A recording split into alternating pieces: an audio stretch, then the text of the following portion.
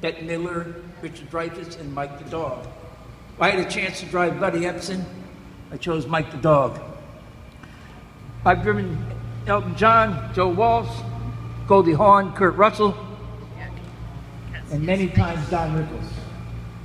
Now I'm going to tell you a story about Johnny Cash. I drove a woman from a local California travel agency, and she asked me a few questions about who I've driven in my limousine. And I asked her, if I told you who I've driven and what went on, what were you going to do with that information? Because what went on was private. I guess at the time I didn't know. Going to write a tell-all book. Well, this is what she said to me. This is the deal. I work for a high-profile travel agency. We cater to many celebrities and high-powered people.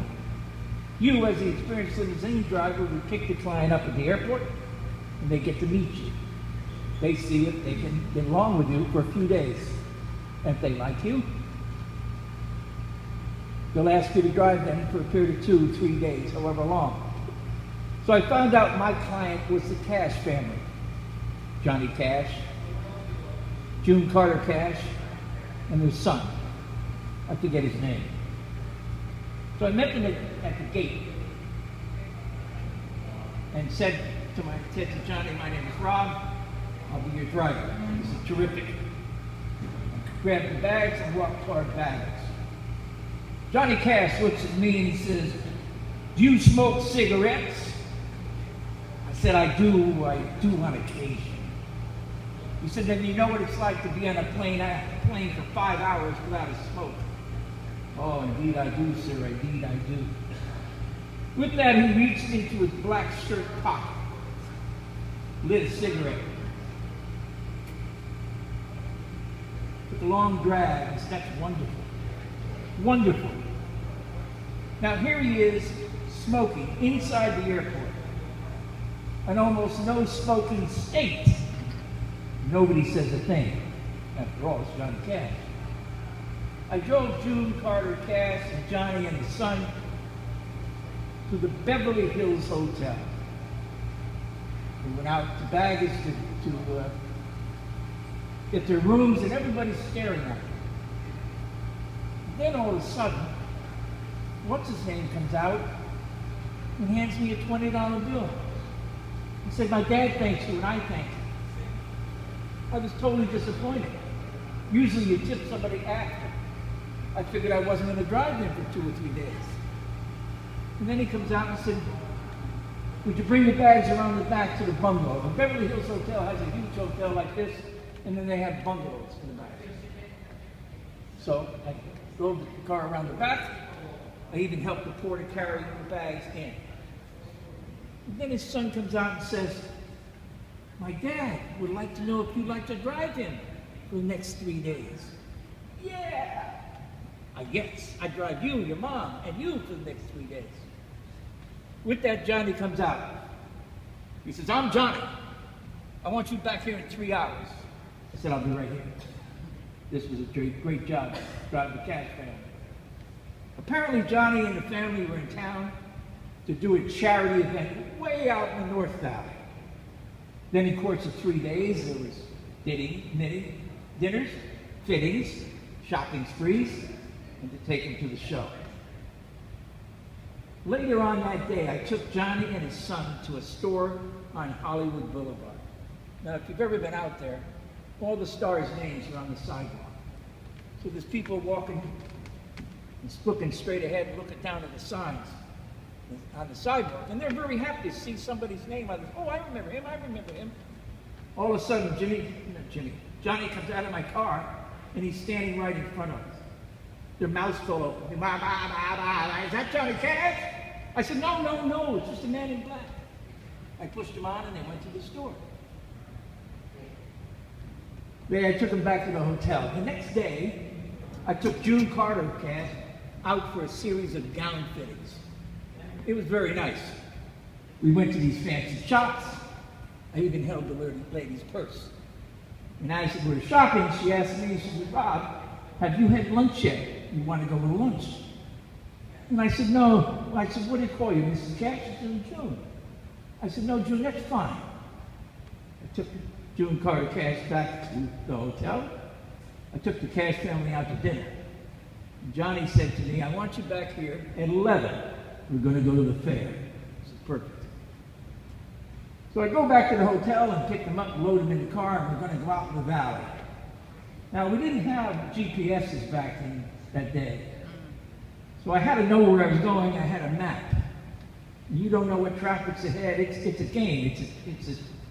You don't know what's going to happen. But I got them to the fair. You drive into the fair, and it's heartwarming. Everybody knows it's Johnny Cash in there.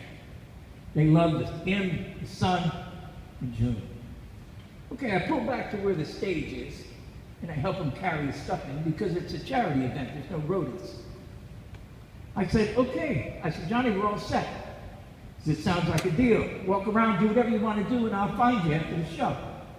I gave the stage manager,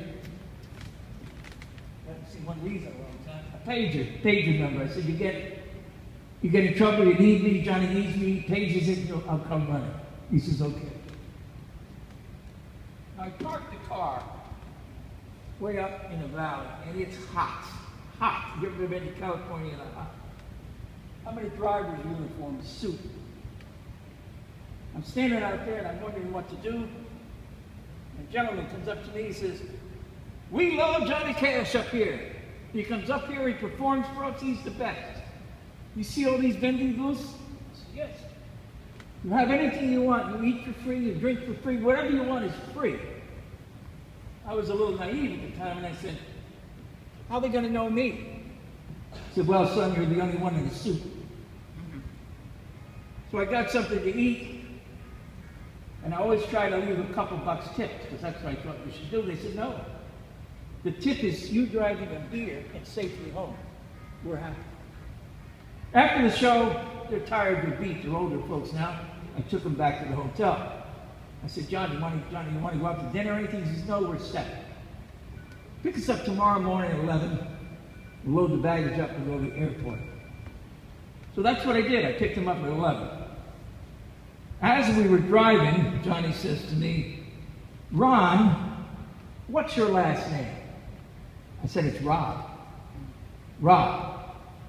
Johnny says, why don't you tell me? I said, Rob, what's the difference? He goes, no, a man's name is important. So I told him my name, and I spelled it out for him, Rob Palermo. So I'm driving to the airport. The son taps me on the shoulder and hands me something. It was a check made out to me for $300. He gave me $100 a day extra.